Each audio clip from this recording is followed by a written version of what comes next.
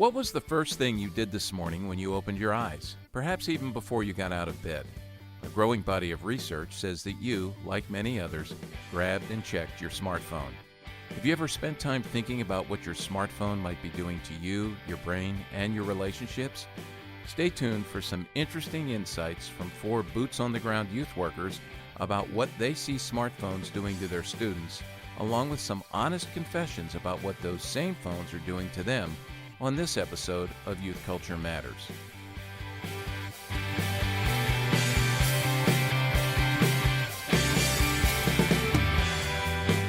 From the Center for Parent-Youth Understanding, this is Youth Culture Matters. If you're a parent, youth worker, educator, counselor, grandparent, or anyone else who cares about kids, we're glad you've joined us for this practical, informative, and hope-filled podcast. This is a place where together we talk and think Christianly about the rapidly changing world of today's children, teens, and young adults.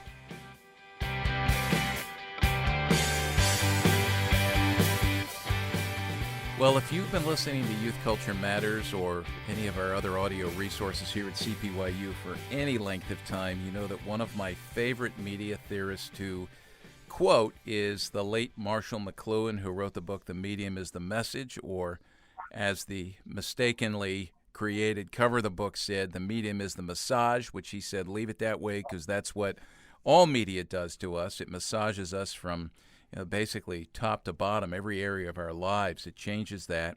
And one of my favorite quotes from McLuhan is this, because it's so true. He said, first we shape our tools, and then our tools shape us. And I've seen over the years that these great gifts of technology are technological tools, and I would say they're great gifts. You know, they're wonderful things that God has given us to use in incredible ways in our lives, with our families, in every area of life. But they do change our lives. They change our routines, and ultimately they change us. And back in episode 41, which I can hardly believe I was telling Chris Wagner, we interviewed Tony Reinke back, I think it was 2017, Chris. If you go back to episode 41 of Youth Culture Matters, we did an interview with Tony Reinke about his book, 12 Ways Your Phone is Changing You. It was a great interview. The book is phenomenal. We've recommended it for years. And this last fall, I had the opportunity to use that book in a classroom experience with graduate and undergraduate students in Canada. They came from across Canada for the Coalition for Youth Ministry Excellence. It's a program that was started by my friend Marv Penner years ago. I've taught a couple of youth culture classes in there. And one of the assignments for the students this last year was to read Tony Reinke's book and then to do 2 things in response. The first one was to write a response paper, a reflection paper. And in that reflection paper, they were asked to list and rank the top 3 of the 12 ways the phone is changing you that Reinke lists, the top 3 that they see in their students from 1, 2 to 3, and then to go even further, get a little more personal. You know, what are the ways you see your phone changing you? And they ranked their top 3, and the papers were phenomenal, very insightful. And then the second part of the assignment was based on what they had read and what they had learned. Write a kind of pastoral letter to your students, the students you're working with in your youth group. And so they did that, and I had the great privilege of spending hours upon hours grading papers and looking at all the good assignments these students turned in. We had about, I think, 40 students or more in the class. And I decided, let's get 4 of these students on the podcast to talk about that experience of reading the book and what they learned, because I found their insights were just way too valuable to keep on paper. But everybody needs to hear these. So youth workers, if you're joining us today, this is going to be helpful for you. Parents, so helpful for you. These youth workers have been boots on the ground, embedded with students for years, and they've watched, they've listened, and so they've done some great, thoughtful reflection on smartphones and how, as McLuhan said, our tools are shaping us or shaping our students. So I want to introduce these folks. I will start with the 2 ladies. And let me just introduce you and tell us where you are and what you're doing in terms of ministry. But let me start with Rachel. Rachel Hamming, you're up in, I think everybody's in BC, right? Is everybody in British Columbia? Okay. No, not everybody is. So we'll get around to that. But Rachel, go ahead and introduce yourself. Yeah, my name is Rachel Hamming, and I am the Young Life Area Director here in the North Okanagan. So interior part of BC, about 4 hours interior of Vancouver, if you know where that is. And I oversee four different ministries here in the North Okanagan, two wildlife ministries for middle school students and two high school ministries. So that's what I do here. Thanks, Rachel. And we have Carly here, Carly Tracy. Where are you and what are you doing in ministry? Yeah, well, my name is Carly Tracy. I am the middle school youth pastor here at Main Street Church in Chilliwack. So, yeah, if you know Vancouver area, just a couple hours away from there. Awesome. And what's your, just out of curiosity, do you do like overnights and lock-ins with middle school students? Are you torturing yourself that way, or? Oh, I wouldn't make my youth leaders stay up all night with middle school students. That's awesome. That's awesome. I stopped believing in them so long ago, so that's good. And then Levi Moore is joining us as well. Go ahead, Levi. Yeah, I'm the only non-BC one here. The Alberta boy. I'm from Calgary, Alberta. I'm serving at a large church here called Rock Point, and I'm currently working as a youth ministry apprentice for senior high. Awesome. And then the last person that's joining us from our class is Curtis. Curtis, go ahead. Hey, good morning. Yeah, I'm the associate pastor at Valley View Bible Church in Kamloops, BC. It's about 3 hours east of Vancouver. I oversee the youth, young adults, and young family ministries. Awesome. And you were right to throw off lock-ins for forever. That's in my philosophy of ministry. No lock-ins. Yeah. I no just good think can come. it's so smart, and just for me, they were fine before I had my own children. But once I had my own kids, you'd come home at 7 a.m. totally exhausted. Daddy's home, and they're jumping all over you, and they want you to be awake for the day. So I don't know that anything great is ever accomplished there anyway, but people will argue about that. So let me start with this. I want to read the list of the 12 ways, and then I'm going to ask you all, because you don't know this. I went through the 40-plus papers, and I tabulated. I developed a point system, and I tabulated what were the top ones that you and your classmates came up with for your students, and then what did you come up with for yourselves, as adult leaders. So the 12 are these, all right? We're addicted to distraction. We ignore our flesh and blood. We crave immediate approval. We lose our literacy. We feed on the produced. We become what we like. We get lonely. We get comfortable in secret vices. We lose our meaning. We fear missing out. We become harsh to one another. And then number 12 is we lose our place in time. So I'm just curious if anybody wants to venture a guess. Let's start with your students first. Now remember, I just pulled everything together from all of your classmates in our coalition class and their papers. And based on what they listed as, number 1, 2, and 3, I came up with this ranking. What do you think was the number one discovery or observation regarding the high school and the middle school students that we serve in our youth ministries? Which of those 12? Does anybody have a guess? Just venture a guess. Somebody, tell me what you think. Well, I'll go with my number one. My number one was we ignore flesh and blood. You know what, Curtis? That is a good guess, but I wish I had my buzzer here because that's wrong. I'll throw out a guess there. Is it we are addicted to distraction? Yes, Levi, that was it. Okay, so that was number one for the students, and I'm just going to tell you, for the students, let me give you the top three.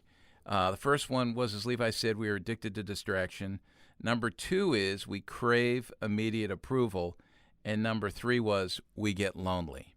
So that's what you've observed in your students. That's not what the students said, but that's what, as youth workers, you've observed in your students. And, one of the things that's really important for us to remember as youth workers is sometimes you know your students better than they know themselves. And, they get buried in this, swimming in this soup of youth culture, and they don't know how these things are shaping or misshaping them. And so you're seeing this, and as we get into the conversation, we'll see that part of what the responsibility of a youth worker is to open the eyes of kids and open the eyes of parents to see this is how this is affecting you. So, all right, so let's go to you four and your peers. Anybody want to venture a guess for what was number 1 on the list as you did your self-reflection, everybody in the class, out of these 12?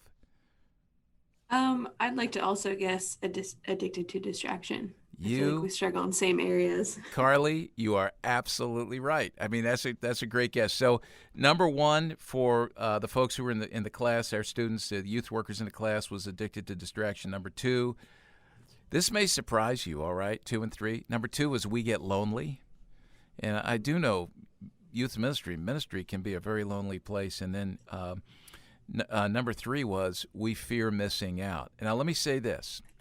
As I looked at the lists and I had this point system, Chris, I should have had you check my point system because you're a math and a stats guy, but I think it was good what I did. The number 1 on each list, which was we are addicted to distraction, was almost 2.5 times to 3 times higher ranked in terms of the points that it got with the point system I gave it than the number 2. And so overwhelmingly, it's it's the issue of distraction, and we'll unpack that and talk about that. So let me start with this. All right, I don't know. Had any of you taken any deep time prior to our class together back in the fall and reading this book to think about the impact of digital devices and smartphones on your students, and if you had you taken any steps to address that, and what might those have been? Yeah, I had previously, about almost a year before the class we had, I led our students in a series called Disconnected. Kind of going over many of the same points and dangers and concerns that Renke had in his book. And it was one of our most engaged series that we experienced with our youth. How did the students respond to that? The first couple of weeks were a little bit bumpy because, truth be told, I'm 39 years old, so it's very quick to write me off as I don't know what I'm talking about. So there was a little bit of that at the beginning, but once we started allowing them to see it through the words of Jesus, through the words of the Bible, and how the Bible, even though it was written thousands of years ago, still speaks to the issue of loneliness, of distraction, of hiding our true selves, where the Father sees us. It's still as relevant today as it was then. Yeah, and it's interesting, Curtis, you say that about being old, because sometimes anything we talk about, especially as it relates to culture, students or those who are younger will look at us and go, what do you know? You're older and you have more life experience. You don't know anything, right? Kind of like that. Exactly. Rachel, were you going to chime in there with something? Yeah, I had read The Ruthless Elimination of Hurry by John Mark Comer when it came out, and so we started talking about it right away, just as practicing digital minimalism as part of practicing the way of Jesus, and what that looks like as his people, to really make sure that we're being intentional about what's coming in to our minds, and how we're practicing our faith, and how that might look different from maybe the way that other people are doing things. Did that lead you to make many changes just in your own life? Oh, for sure. Yeah.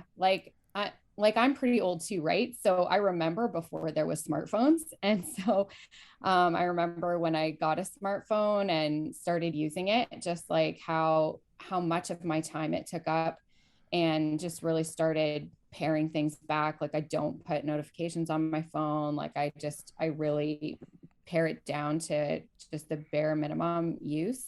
And that was really helpful for me. And so I just started teaching what I was practicing, right? Like, I found this helpful. This is like how I don't get distracted all the time. It's I don't let myself. Yeah. Yeah. Levi. Yeah, I feel like Renke's book was particularly timely. There's all these movies coming out on, Netflix and all these other places, and people are, in the last few years, I think, have particularly been concerned about personal privacy.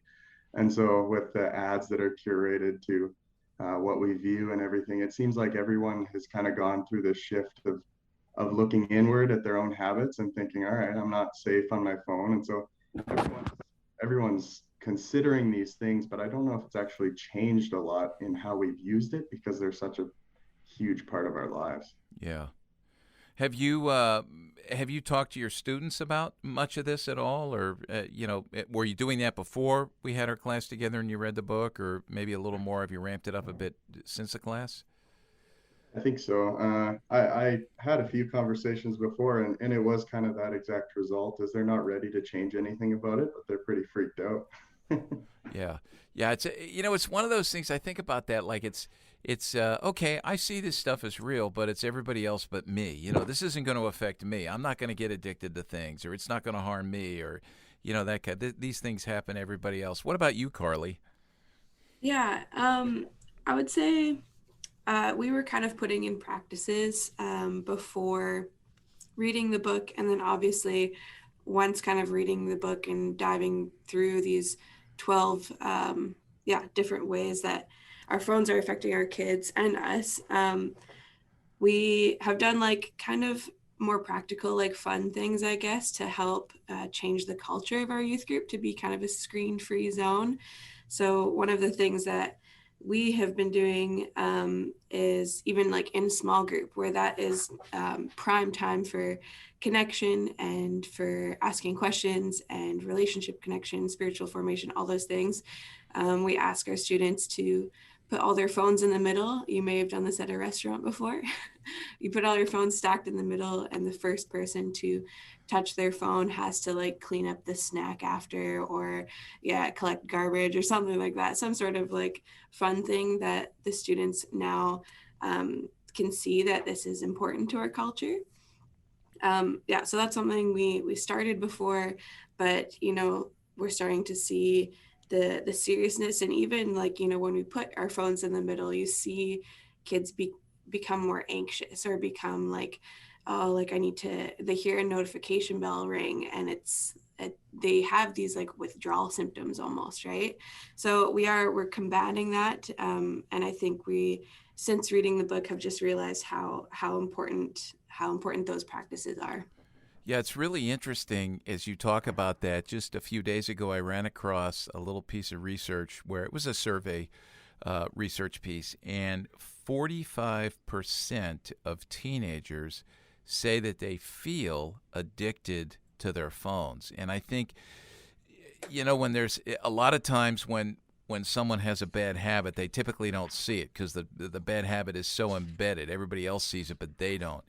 But when it becomes self-evident, then there's a problem. When someone's saying, hey, this is me, I am constantly checking my phone. I can't get away from it. I want to jump off of something Carly said there. How have you, in your ministries, in very practical ways, set up borders and boundaries, perhaps, on smartphone use in terms of like Carly's talking about like in a restaurant or when they're in small group? Let's talk about retreats. Let's talk about youth group meeting. Let's talk about Bible study. Is there anything you're doing there where you're saying, hey, let's read out of paper Bibles rather than off the screen, because we know the temptations to distraction are there? What have you done, any of you? That's where I found being a bit older has kind of worked to my advantage, because I carry a little bit of that dad vibe from my kids. So I go over kind of our points of order at the beginning of the year, kind of our expectations for youth group, physical boundaries, that sort of thing. One of the things we talk about is phone use. And I tell them, I give you one warning. I see your phone, I'll tell you to put it away. After that, it's mine for the rest of the night. And if you burn up your warning in September, that carries over to June. This first time I see it, it's immediately mine. But something you said there, Walt, is so key. Because what's the number one excuse we hear from our kids with their phones? Well, my Bible's on there. It's like, well, good news for you. I've got an actual Bible for you. So it serves the double purpose of limiting the distraction, but also getting kids to thumb through a Bible and actually know where the Gospels are, to know where the minor prophets are, to be able to pick it up and quickly flip to the scripture that we're covering that night. So it's served a double purpose in that sense, and I've found the kids are pretty good about respecting that. Yeah.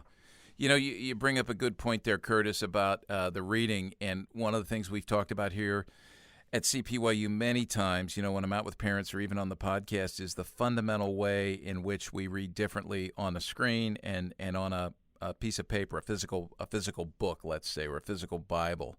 And when we look at a book, we read linearly, line by line. Of course, we can skip over things, but the temptation is far less on a book because we've been trained to read differently on a screen, where in the past, some of the best research that came out said, you're skipping line by line by line, and you never totally go across because you're looking for keywords, links, and things like that. And we're so, we've been so nurtured habitually into, swiping and scrolling and moving, from one window to another. Rachel, you were going to say something. Yeah, I would say never mind like how we typically read for information. And so we really need to slow down in order to read for formation, which is why we open the scriptures and read them, right? But one of the ways that I talk about it with our students is I just talk about, let's just practice being fully present with one another, and just what a gift it is to put our phones away and be fully present. And that's honestly also how you honor another person, is you be fully present with them. And so I don't threaten my kids, but just like tell them that this is the way that you honor someone. This is the way that I honor you when I speak to you, is I don't have my phone with me in my hand and I'm not constantly looking at it. And this is how you value and you dignify another image bearer of God, is that you are fully present with them when you're in the room with them. And then with our kids who are just, showing up and hearing the gospel maybe for the first time, like we just encourage them during the talk, hey, you know what, just for the next 10 minutes, can you just put your phone away and just be fully present so that you can really hear what I'm going to talk about, because then you're going to discuss it later. And you want to make sure that you remember what we talk about for the next, 10 or 15 minutes. It's a long time to not be distracted by your phone for a teenager, but I think it's just really good practice. Yeah. And it's quite, when you talk to kids, it's quite freeing for them, that they have never experienced this before. So it seems scary, but once they experience it, they're going, yeah, this is good. This is good. And Rachel, I like the way, you threw in there just some good theology of identity and humanity, that our flesh and blood brothers and sisters, we're all image bearers, and there are tremendous implications for that. So, all right, we're going to take a break. We're going to come back and continue this conversation about the ways that our phones are changing us, and talking with 4 of my youth worker friends about what they've seen, not only in their own lives, but in their students as well. We'll be right back.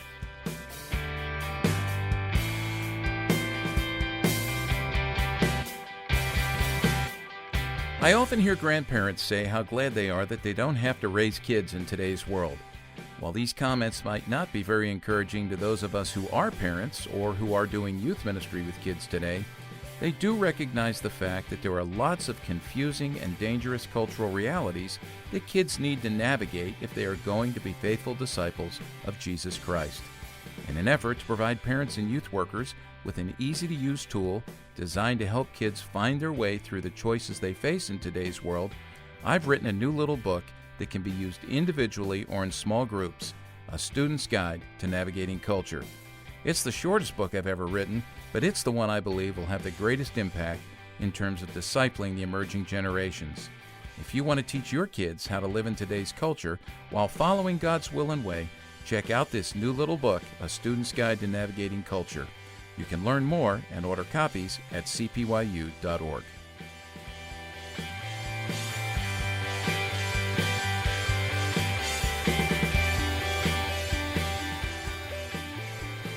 Well, welcome back to Youth Culture Matters. I'm Walt Mueller here at the Center for Parent Youth Understanding. I want to remind you all, as you're listening, that on all of our podcasts, as we have conversations about different resources and books and websites, so forth and so on, Chris Wagner here, who produces the podcast, is taking copious notes, frantic notes, and he will include links on the player for this particular podcast, the episode notes. He will include links to everything that's mentioned here, so you can find that. And Chris, do we know what episode this is? Oh, I think this might be.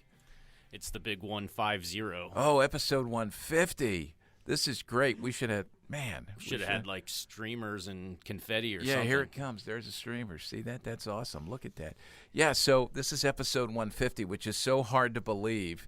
But look for the player for episode 150 on our website, cpyu.org. Youth Culture Matters is what you're looking for. and you can find all those notes. And while I'm at it, I'll just say, this is standard fare on podcasts, right? Share it, like it, give us a good review. That just really helps. So wherever you get your podcasts, you can subscribe. It'll be great. So I'm having this conversation with my friends Rachel, Curtis, Carly, and Levi, who were all in a class that I taught last fall up in Western Canada. We were in beautiful Kelowna, British Columbia, Lake Country, the Okanagan.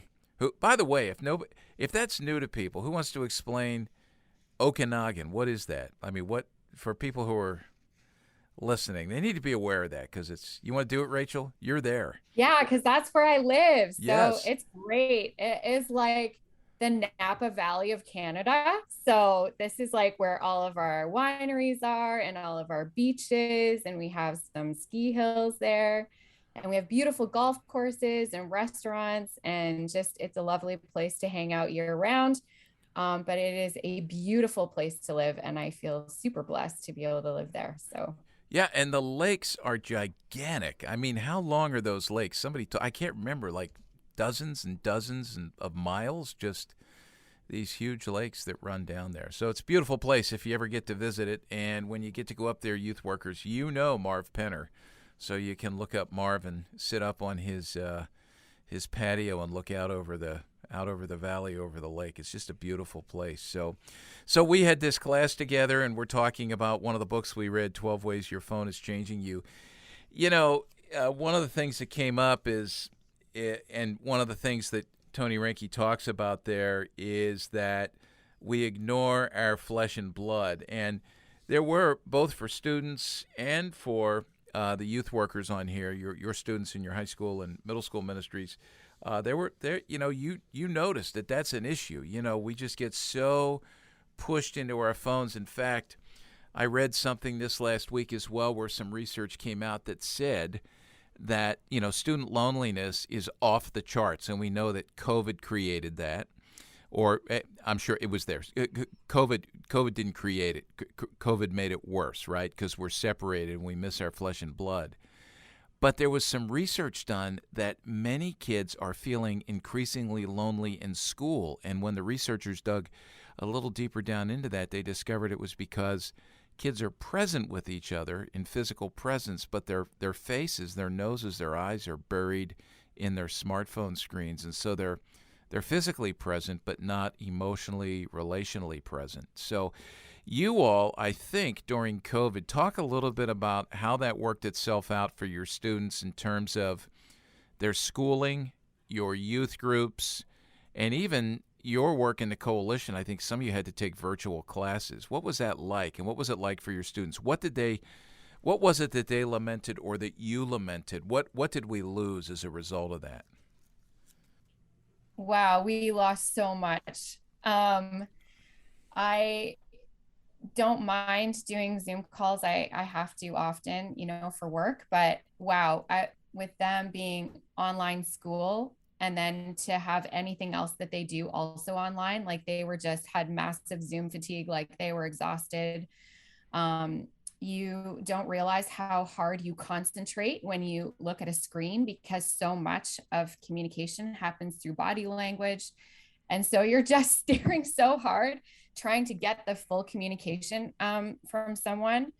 And I think that it's easy for us to forget that the love of God is actually an embodied love. And so we experience it in person-to-person contact.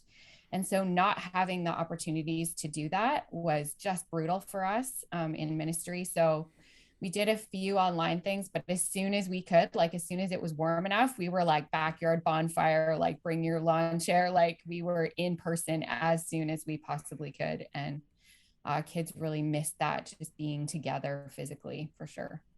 Yeah, what was the excitement level like when that would start to shut down and they could actually be together rather than having to look at each other on a screen? Any of you? Well, for us, that was huge. I mean, there were kids who didn't show up to online things, but as soon as there was an in-person thing, they were there with their blanket and their lawn chair, and they were ready to be in person. So they were really craving that for sure. Did any of you see, like Carly, Levi, Curtis, did any of you see any sort of excitement in the faces of your students when they came back? What was their posture and their body language like when they were together again for the first time? Well, I think we had. Go ahead, look after. I think we had to look at body language. Couldn't see it through the masks, but it was definitely there. I've always just felt like there's sense of ownership over what you're being a part of when you can be there in person. There's more things to do than just simply attend. You can stack a chair, you can help keep the fire going, you can play a game, you know. There's all these physical interactions. Whereas when you're behind a screen, there's sort of this production value to it. It doesn't matter if it's on Zoom or if it's a pre-made video. There's this sense of production / viewership that's there. Where I think our youth were just simply sitting and watching. And I mean, I think that's part of the reason why you never even have a kid's screen on, camera turned on when there's a video, is they're simply a viewer and they don't have this sense of ownership over the ministry and something to actually contribute. And so I think that was a huge downfall to the online ministry in this particular regard. Curtis, you were going to say something there. Yeah, I still remember our kind of welcome back barbecue when we could meet outside, and it without a hyperbole, it felt like these kids were on Christmas morning. Being able to be back at the church, being able to be back with the kids and the leaders that they loved and loved them, you know, because I think one of the biggest things that COVID and online virtual youth robbed from us was that ability to really enter into Christ-centered compassion with one another.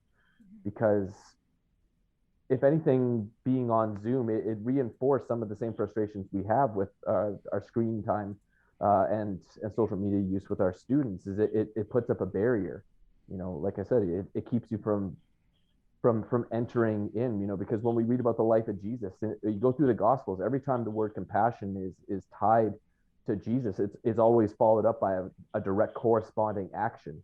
You know, true compassion demands us to enter in, to get our hands dirty, and we can't do that as much when the screen is there. Like, well, I liked your post, or I put a comment on your picture. It's like, no, I gave you a hug. You could hear the tone of my voice. I could see the tears in your eyes. You know, we were able to have that Christ-centered compassion that Jesus consistently modeled for us in his earthly ministry. So the return of that compassion was huge, and I've seen it since we've been back in person. The kids take that for granted less. You know, that youth is just another thing that's on the calendar, something that their parents drop them off. It's like, no, they're getting something, and of course that gives us the opportunity to say, hey, no, we can only do this because of what Jesus has done for us, what Jesus has commanded us to do, and we've got some great news for you. Yeah, Carly. Yeah, I'd say also even just like on a smaller scale level, I remember the first time being able to hang out with a student one-on-one. And, you know, there's lots of kids that I was, you know, connecting with even over like Facebook Kids Messenger or text or all these different things. And through a lot of those messages, I remember a lot of responses being like, you know, overly positive, like, or like them just being like, oh yeah, like, you know, things are okay, or, you know, things are going well. And that kind of like made me believe that they were doing okay.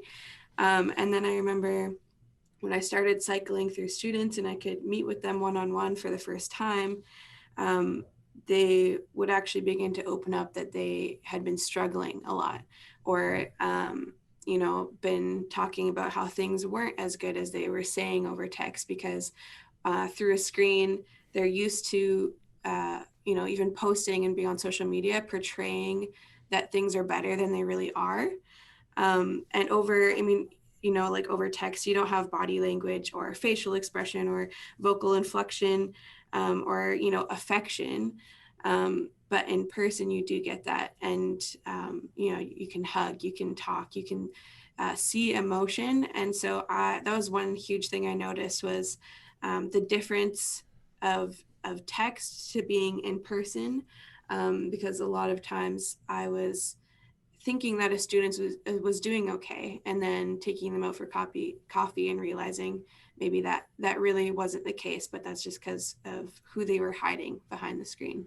Yeah, and as you talk about that, Carly, what it makes me think of, I look back here at the list of what everybody in the coalition class, our youth culture class, wrote about students, and the number 2 issue that Renke talks about, the number 2 that your class, youth workers identified in their students, is that craving for immediate approval.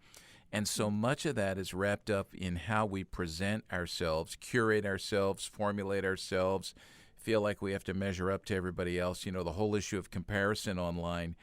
And in essence, what happens is, in order to get the approval, what we're doing is making up a version of ourselves that's not really ourselves. So what we're getting approval for is not ourselves, which actually creates even greater anxiety because I can't be myself. And so I think what you're speaking to there, Carly, when you're finally together and you're in physical presence, and as Rachel said, I like that, being embodied, which is what God made us for, right? I mean, to be with other people. This is what the body of Christ is about. Just not even being able to gather as a church was draining. I just think, again, we learned so much. One of the things that I've thought about related to COVID, COVID was a reboot on so many levels for me. Like immediately everything shut down. We had to rethink, as you did, how are you going to do ministry? We had to think about that here at CPYU. We made adjustments. We started to move more into, the Zoom type of stuff. But also personally, it just got me thinking about, difficulty and hard circumstances, and drove me back into understanding the sovereignty and the providence of God. And as you have friends get sick, and people who have died, and you see families struggling through these things, you start to rethink about what you had forgotten, that there is a theology of suffering that's just so helpful, and we come out better on the other side. And I think as we're coming out of this, it's like these aha moments where many of the things Tony Renke's writing about and what others have said about the effects of screens on us, we're seeing it because, we became so dependent on them that we realized that all of the good things in life were taken away. I'm curious, I want to ask you this, because did all of you because I know you were in 2 different classes, correct? 2 different graduating classes with the coalition, but did you all have a moment where, because of COVID, you had to take a virtual class as opposed to in person? Yeah, all 4 of them are nodding yes. So I want to hear, about that. Like, I'm curious, what wound up being a better experience for you and why? Because that gives us great insight into our humanity, which we share with our students, and your experience as students in the coalition program will carry over, the things you've learned and the things that you thought, that wasn't so good, or it was great to be back. What were the disadvantages? You've mentioned some of them, but what was it like for you all to come back? I got to see this, right?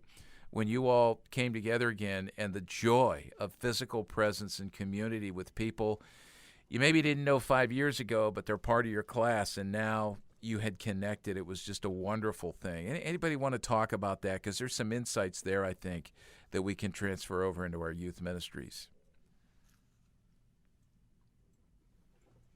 Yeah, we took a couple of classes online. I think one of the hardest ones was Marv's class, because we were doing, youth counseling and talking about really hard things.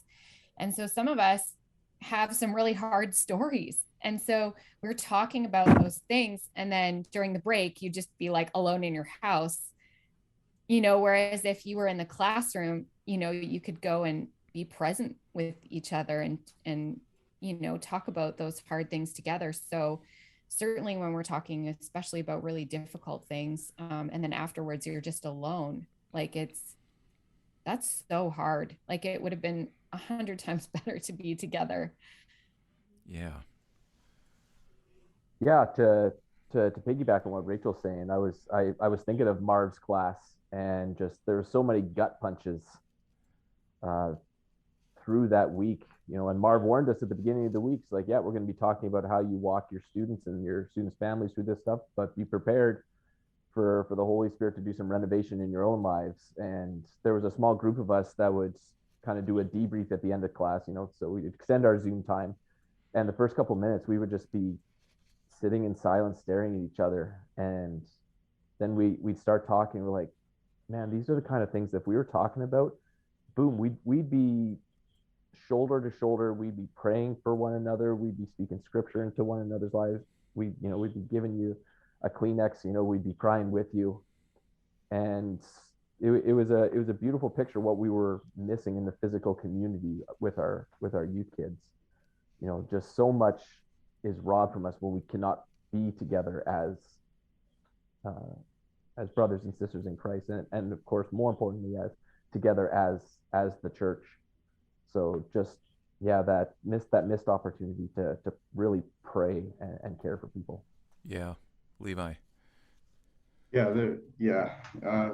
Piggybacking again, it's just this communal aspect is huge in this intensive classroom situation where you're in class all day for the whole week, and to leave on those breaks or at the end of class and to come back to your family in your own house, and to relay all that information again is really exhausting. And it's really important because you need to debrief these things. But when you're in class with these people for the whole week, all these breaks and everything, you don't have to relive that information. You can go back and forth with these people that you've experienced it with, and then even if it's what you need, you can push it aside and focus on life that you're living in dorm or whatever with these people. And there's just, you don't have a comfortable enough chair in your house to not feel lonely on those breaks. It doesn't matter how nice it is, you're still going to miss that community and that conversation in between breaks and after class, and experiencing that information together. Carly. Yeah, I would just say it's really those small parts of the day that I would miss, right? Like the teaching isn't different. It's the exact same content. You're still getting that information from the person that would be teaching. Even if it was youth group, right? Like it's that kind of thing, but it's those in between moments that you don't plan for that are just so valuable, right? Like, sitting with a student that maybe you wouldn't necessarily have a phone call with, like, intentionally, but it just happens. Or in class, like with us, it's on those break times where you ask for prayer or just need a hug or something like that. It's those quiet small moments that you don't plan for that I think we're missing. Yeah. Now, some who are listening right now, right, you're going, okay, all right. Well, is this an ad for the Coalition for Youth Ministry Excellence? It's not. I mean, this conversation is not intended to be that. It's a great program. So I believe in it and I love it. Teach in it. So, but here's what I want you, if you're listening, to take away from this. What you're hearing is experientially what these people, as students and as friends and as people in a group, much like our youth groups or much like the student population in your local school, you're hearing a little bit of what gets lost, and translate this down to your students now and develop a sensitivity that not only makes you more empathetic with them, and as parents, thinking more deeply about what it is they've had to go through. And I know a lot of this is continuing, right, even without a pandemic, because we've gotten used to it and we do it. But think about that. And then youth workers, we need to think about when we are programming and we're putting our ministry together and we're making our plans, how can we facilitate overcoming these particular deficiencies that have been mentioned here, and making it our youth ministries really a situation and an experience that adds to our students' human flourishing as God intended it in community, as opposed to undermining that and taking it away. So we're going to take a break. When we come back, I'm going to pose three questions to each of these folks. It'll be fun to hear their answers. We're going to get very practical here as we close it out. Stick with us. We'll be right back.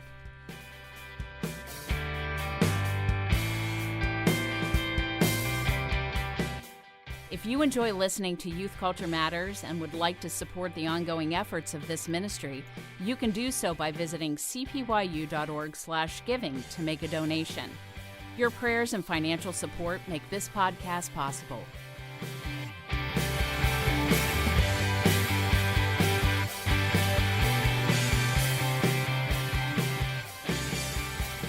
Well, as we finish out this episode, I want to pick the brains of my four friends here from our class in Canada, all youth workers, all working with students, and all of them having read Tony Reinke's book for our class, 12 Ways Your Phone is Changing You. And as I said at the beginning, I asked them all to rank for themselves of all the 12 ways that Tony Reinke lists. What's your number one for you personally, your number two, your number three? And all I'm going to ask about is your number one. What did you put as number one for you? And since we had the class, 4 or 5 months ago, it's almost 6 months ago, I guess, how have you made any changes? How has this influenced how you look at and live your own life? And maybe even say, yeah, I not only made this change in my life, I made an adjustment in my ministry as well. So who wants to go first? I can go first. Okay. Rachel, go ahead. I think that the thing that I noticed the most in my own self is just about the distraction. And I think especially first thing in the morning is where I've made the biggest change. So just really making sure that I'm not looking at my phone or paying attention to my phone before I pay attention to Jesus. So just making sure that I just take that time in the morning, especially when, just knowing what we know about the neuroplasticity of our brains and how all that works, just to make sure that I'm really spending those first hours of the morning without contact with my phone, and making sure that I am spending time with Jesus before I do anything else, like shock my brain with my phone. Yeah. And you know what, Rachel, I would guess this as well. I think we all struggle with that, right? Especially if you keep your phone next to your bed, or it's on the way. You don't keep your phone next to your bed, which is a smart thing, or it's on the way to where you go to spend time with Jesus. And it's not just spending time with Jesus before you go to your phone, but spending time with Jesus, and while you're spending time with Jesus, not looking at your phone, because it can be that distraction there. So yeah, that's good. Let me go to Curtis next. Yeah, I think the number one that hit me while I was reading the book and writing the paper was we lose our, I think it was chapter 12, we lose our place in time. Because our smartphones have become such a useful instrument and such a muscle memory reaction to, oh, it's quiet, I've got a few seconds, let's pull it out, let's scroll.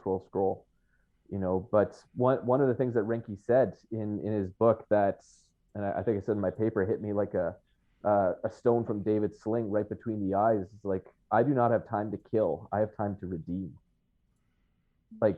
I had to put the book down and repent there. That was a Holy Spirit moment for me, because God has given us a finite number of hours in this life. We don't get an extra second out of God other than for what he sees right for us to be in this life. And it's been reminding me of my recent thyroid cancer surgery. It's just, time is precious, and it is a gift from God.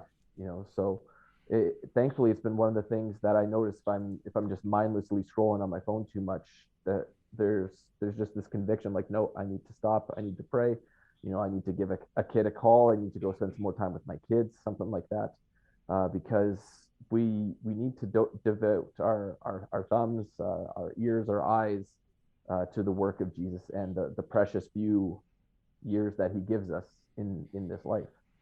I like how you just said that. Our thumbs, our ears, and our eyes. That's brilliant. That needs to go on. That needs to go on a meme. Somebody needs to make that, right? Let's get that. We got John on that. Yeah. Carly. Yeah, my number one was addicted to distraction. I feel like that is just an easy thing for me to, pull out my phone when I have even just 20 seconds to spare. I've even noticed, if I'm watching something on Netflix, I'm like on my phone at the same time. Like there's just not enough like stimulation. So I've noticed that, and I've set a lot of boundaries for myself and in our marriage. Like my husband works on these things with me too. But one thing is, we got a Google Home for our bedroom so that we don't have to have our phones in there for alarms. So phones never enter the bedroom. I only look at my phone once I get to work, or if I'm driving somewhere, I'll unplug it from the wall and throw it in my bag, and I don't even turn it on until I've been in the car and been somewhere else. And putting screen time limits on, I think, has been important, and not screen time limits, where as soon as it pops up, you can just say like ignore, but have someone like put in a password that you don't know, so it just shuts off. And then another big one that goes along with ministry is that I don't text students after 6 p.m. or on my weekend.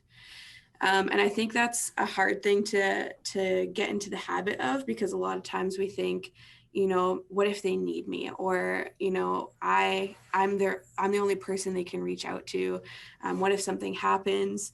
And obviously there's emergencies you can answer to, but I think by not answering our phones, maybe they'll be frustrated at first, but also we're showing them that our family is important, and we're showing them that our time is important and that our boundaries are important. And I think that that modeling that is more important than texting them back. Oh, this is so good. It's gold. Levi, pile on a little more gold. Yeah, so good. My top ranky point is also we are addicted to distraction. And he actually has a quote in the book where he says that the heart works best when it's not dominated by cares and demands. And that really struck me to the point where I realized I care more about my freedom from obligation, cares, and demands than I did to my calling to service. We are all as Christians called to live this life of service and focus on what's in front of us. And I've really had to make a conscious decision that my comfort zone might be to avoid avoid this interaction. And he also says we use our phones as a public shield to avoid these interactions, because it's our comfort zone. It's a place where we find simplicity and carelessness. And it is work. It is hard work to actually put yourself face to face with a conversation that will take your heart and your mind and your focus. But that is the service that we're called to as Christians. And so, yeah. Man, everything you guys just said is just so awesome. I mean, it's almost like there's 3 months worth of youth group meetings and teachings, the wisdom that could come out of this, just as we stop and think about this. So here's how I want to wrap it up. I want to give you each an opportunity to talk to 2 different audiences. And from what you've learned, what you've seen, I want you to first speak to parents of your students. And we're talking about parents of all youth ministry students. What little bit of advice or encouragement would you give to them? Because I found that parents are we didn't grow up with these things, right? So we're not sure what to do, and our kids make great demands on us because they don't want to be left out or left behind when it comes to technology. So parents first, and then just a wake-up push to your peers in youth ministry.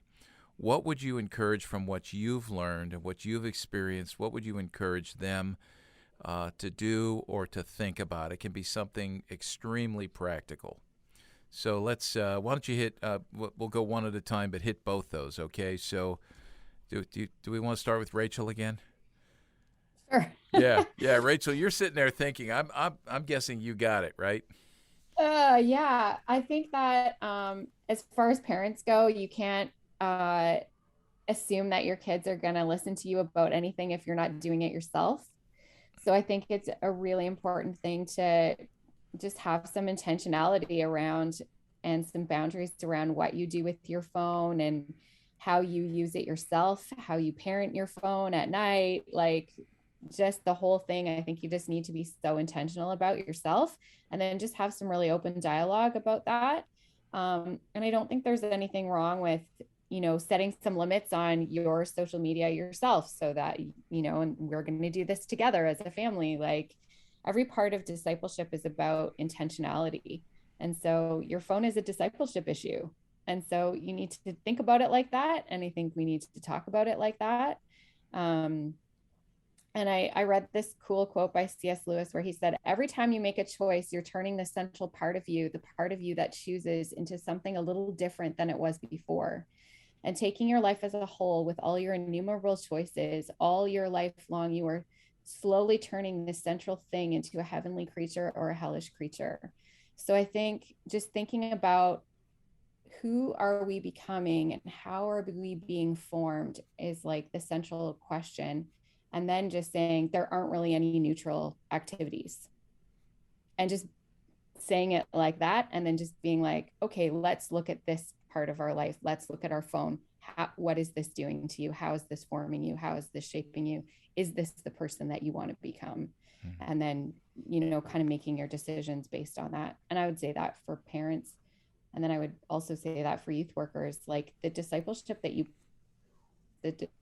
you pass on, for better or for worse.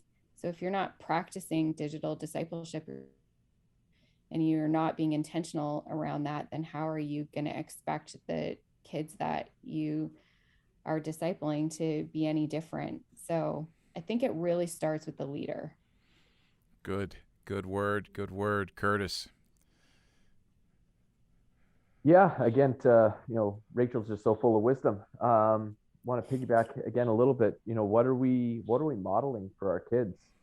Like I'd love to say that when I'm around my kids, like my own children, that I'm the perfect parent, that my phone is in a lockbox in a different room, but I'd be lying if I said so. And I've heard those words out of my daughter's mouth. Dad, you're always on your phone. What do we say as parents? Like, our kids grow up so fast, and those precious moments that we miss just mindlessly thumbing through our phone while they're sitting there watching that, taking that in. So to parents, and I'm preaching to myself here, be mindful, be brutally honest with yourself about how you're using your phone around your own children, because what they see you do as their parents, they're taken as what's good, what's okay, what's permissible, and we need to be very, very mindful for that. It's the same thing we would say to parents concerning how they schedule their kids' lives. Just in general, our kids are busier than they've ever been, but if they don't see their parents prioritizing being part of the gathering at church on a Sunday morning, or making sure that their kids' Wednesday nights are free so that they can be at youth, it's not going to matter what they say. It's going to matter what they do. So put that phone away. Remember what you're modeling to your own children, and to the kids that are in our youth groups, and to my fellow youth workers. Like I would say, one of the things we need to remember, that our lives are noisy, and if we're being brutally honest with ourselves, for youth workers, we can turn being busy into a bit of an idol. We like to brag how busy we are, how tired we are, how much caffeine we've consumed just to make it through the week. But what does Scripture say? It says in Psalm 46:10, it says, "Be still and know that I am God. I will be exalted among the nations. I will be exalted in the earth." We boast about how busy we are because we hope to share in God's glory a little bit. But my friends, my brothers and sisters, we don't get to share in God's glory. When we receive the reward for what we've done, it shows our motivations. If we're doing it for the pat on the head from our fellow youth workers, or from our senior pastors, or from the parents, we've received our reward. But if our reward is seeking after exalting God's name among the nations so that he's glorified in the earth, then that is the reward we should be chasing. And we have to remember that in the busyness of life, to be still and to know who God is, what he has done for us, and how we can in turn model that to our kids. So good. Carly. This just reminds me of a time when I was a teenager and I was babysitting, and I remember the parents were like, "Hey, okay," like telling me, this is the routine for bedtime. I was like, all right, like where are the books? Like I can read them a book before I go to bed. and they're like, oh no, we don't read them a book, like the iPad reads to them. And I was so like confused, because I was like, that is not how I was raised. And so I was just trying to think about what are the repercussions of that, you know? And I think just simple things like that, like having the iPad read your child a book to sleep, or you know, letting your kid watch YouTube in bed to be able to fall asleep, or letting your kids play online games at night, or having your phone in the bedroom, or even giving like a toddler a phone in public to keep them distracted and content. I think these things are not harmless, and I think they do all have consequences, whether it means that they're developing unhealthy coping mechanisms, or you know, rest becoming like a numbing experience for them, which isn't the biblical, you know, definition of what rest should be. Like, it should be an active rest. I think those all have such consequences. And even just you know, what these guys are saying, being role models is a huge thing, because, you know, if we're coming home after a long hard day and we, you know, tell our kids like, oh, I just need to relax, and you kick up your feet and just binge watch Netflix or scroll on Instagram, like that's what they're seeing rest looks like. And they're going to copy that. Like, if we're spiritually discipling our kids, like, and we want to model what it looks like to be a follower of Jesus, I think we just need to be really, really careful what they're seeing in front of and behind closed doors. And I would also just say, you know, for youth workers, I just want to make a quick quote here. I was able to sit down with actually one of my middle school teachers and just ask her questions about how has seen phones influence the lives of her students over the last 20 years of her teaching. And one thing she said, I have had students share that they're online 17 to 18 hours a day, and that makes me feel sad. She said, I've had so many students tell me that they despise being so hooked on their phones and they don't know what to do about it. So youth workers out there, same thing. You are role models to them. They look at you for everything. And I think some things you can do is, you know, just put your phone down. Like, we can create all these rules and boundaries even at youth group, like putting your phone in a basket and doing all these different things. But how much more awkward is it to pull out your phone when someone else isn't on their phone? Like, if your phone is away, you are showing them that you care more than the person behind the screen on your phone. So just even in the in-between moments, you know, having your phone locked away, even if you're in a meeting with a student, keeping your phone in your bag instead of on the table, just showing them that they're more important than what's on your phone. Really good. Levi, let you finish out. Yeah, so my practical advice for youth workers would just be to take breaks during a message, for example.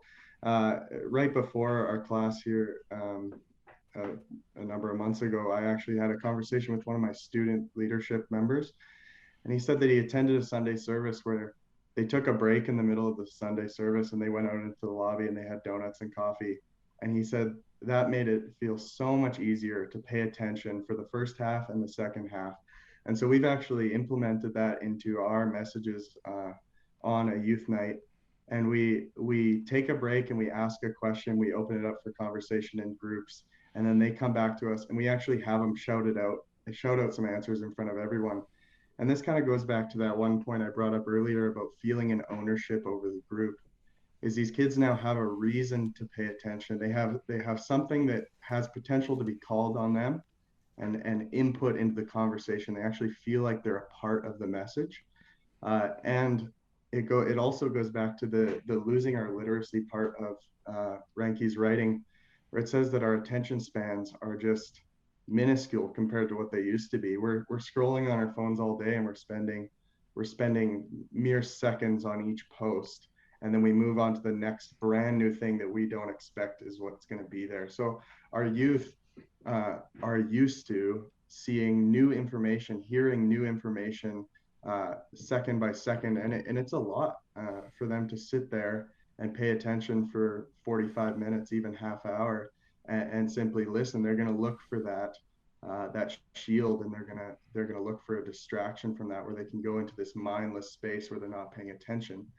And so by taking these breaks, it gives them the ability to focus for the time, and then also gives them ownership over the conversation to have input. And kind of piggybacking off that for parents would be that phones and devices, they're just not leaving. And so how do we adapt our faith principles to meet the effects of this willing addiction of our phones? It's not how we change our styles to maybe we do want to cut out some phone time and stuff like that. It's really important, but there are already effects in these youth's lives. And so we're coming now and we have some pieces to pick up off the floor. And these are willing addictions that have already taken a toll on our youth. So how are we going to shift our models to meet the effects that have already happened? And and just pay better attention to our kids, give them the ownership over the conversation, this face-to-face interaction, this feeling like they actually have something to offer in these situations. Great wisdom here, and I'm really appreciative that I had the opportunity to spend time in a room with you folks for a week. It was a blessing, and to be able to read what you've written and your thoughts, some of which you've shared here, has just been great. You've challenged me, and I know you've challenged those who are listening as well. So blessings on you all, Rachel, Curtis, Carly, Levi, as you continue to minister and work through these difficult realities of life in today's world. That was just, and this issue was just one small thing we talked about, one segment of what we talked about in our youth culture class. So thank you so much to all of you. I want to remind our listeners, check out the episode page for this particular episode 150 of Youth Culture Matters. Everything that's been mentioned here plus more. We'll include links there. And again, remind you, like us, share us. Yeah, we need those likes, right? Share us and give us a good review. Make sure others hear about this. So thanks all for your wisdom, and thank you everybody for listening. We'll talk to you next time on the next episode of Youth Culture Matters. Thanks for joining us for Youth Culture Matters, a podcast from the Center for Parent-Youth Understanding. If you'd like to learn more about today's youth culture, visit our website at cpyu.org. And if you have any questions, comments, or feedback, email us at podcast@cpyu.org.